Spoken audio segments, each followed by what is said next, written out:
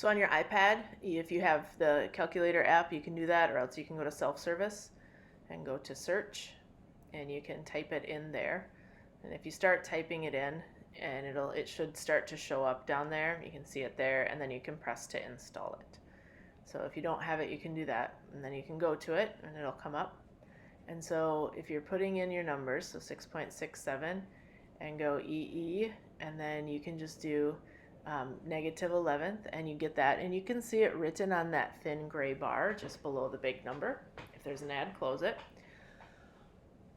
And then you can go times, and then you can put your next number in there. So say it's 5.5 times 10 to the 24th, and then you can just go times again, and you can see on the gray bar that it's kind of a running list of what you're doing there. And so you have each of those numbers show up in there, and you can get that. So then when you go to do the next part and divide by d squared, you'll need to go divide, and then you'll go over to the parentheses and press that, and then whatever number you need. So let's say 8.2 EE, so times 10 to the, and then whatever it is, and then parentheses, and then squared. And again, you can see that running on that thin gray bar, and then you can press equal and get your answer there. So always be looking at the thin gray bar to make sure that you're getting the piece that you need, and that you're seeing the numbers that you need as you go along with your calculations. And again, as you're working on stuff, make sure that you're showing your work on what you're doing. So if something goes wrong in your calculation, you can have it shown what you're actually doing.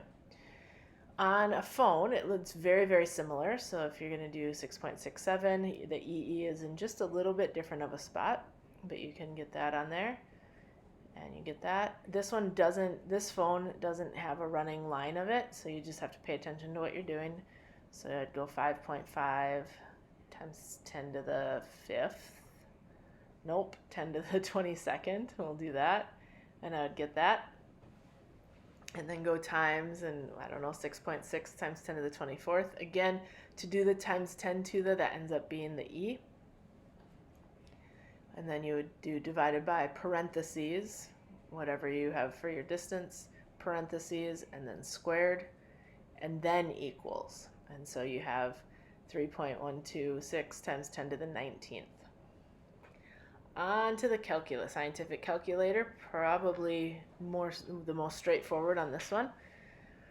And so you have your number. In this case, there's an EXP button at the bottom, and that EXP number means times 10 to the. And so if you're doing that, you get your numbers, and then you go divided by parentheses, put your numbers in there, parentheses, and then find the squared button. It's kind of top middle on this calculator. If you have a graphing calculator, so like a TI something, you'll do your 6.67. In this one, it's an EE.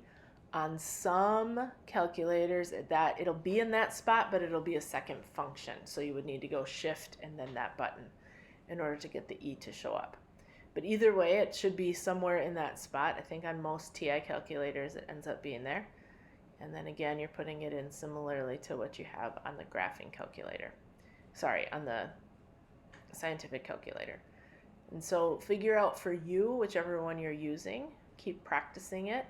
And we'll use it for this, and we'll use it when we get into charges later on this year.